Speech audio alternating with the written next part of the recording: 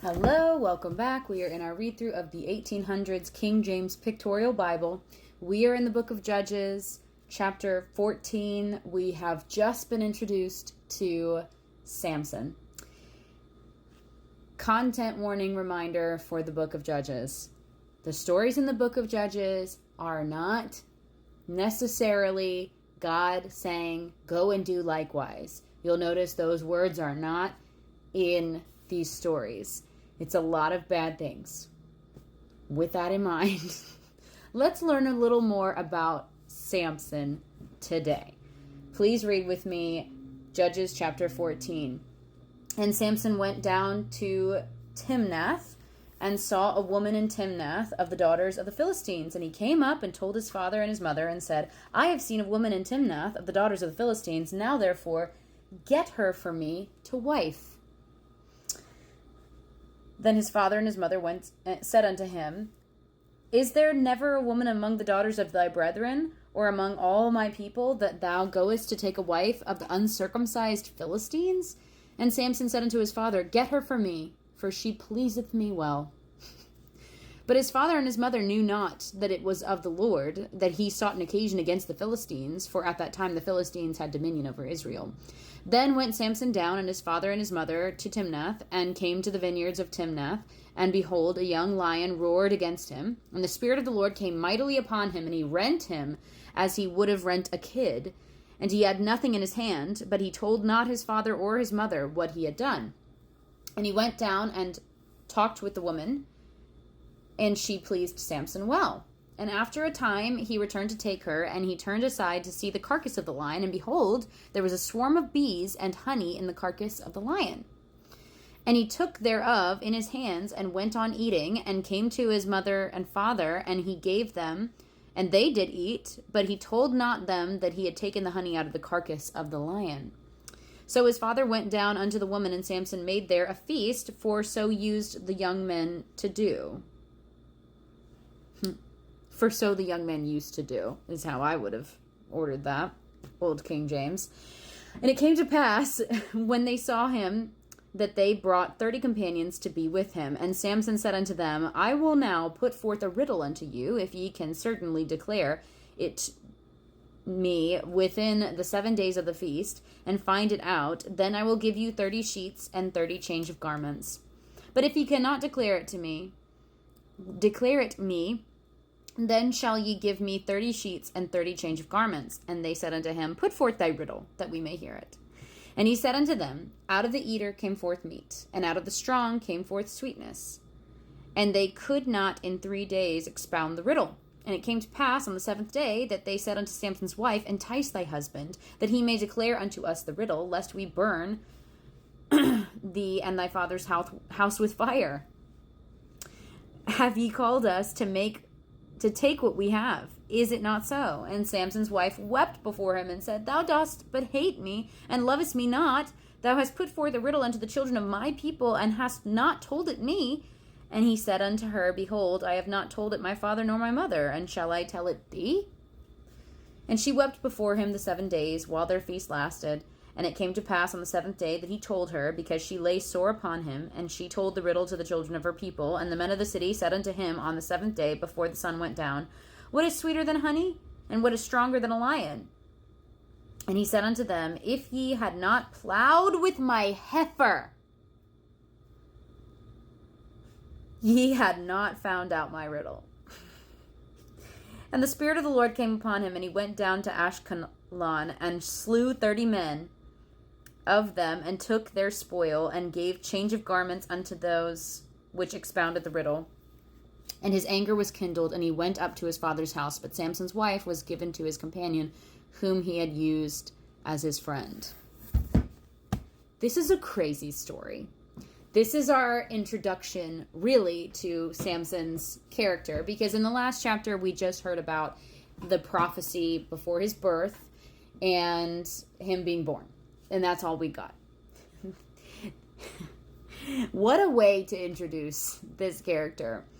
We learn he is stubborn, foolhardy, does not care about his vows, does not care about his, like, heritage at all.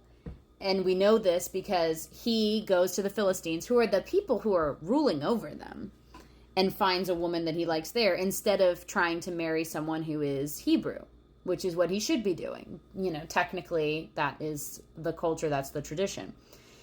And not only that, his parents, like, beg him, and he's like, I don't care. And then we see that he's walking along and a lion attacks and he kills that lion with his bare hands. The Spirit of the Lord comes strong upon him and gives him supernatural strength. This is a man that we see is enabled with supernatural strength multiple times. He is kind of the Hercules of the Bible. And he kills a lion with his bare hands. And that's fine, but as a Nazirite, which we learned in the last chapter, his mom had to even abstain from things so that he would be Nazirite even in the womb. He's not supposed to cut his hair ever, he's not supposed to drink alcohol ever, and he's not supposed to touch dead things. Now, generally, if you remember us reading the law, they're not supposed to touch dead things, period. That makes them unclean, and he should be, you know, go out of the camp for X amount of time because you touched this carcass, etc. He doesn't observe any of that. We see that he does not observe that. Not only that, but later he comes upon the carcass again, and he sees that it has honey in it, and he's like, oh, I love honey. And he takes some, and so he makes himself unclean by eating that, by eating something out of a dead carcass, and then he gives it to his parents and makes them unclean, and doesn't even tell them.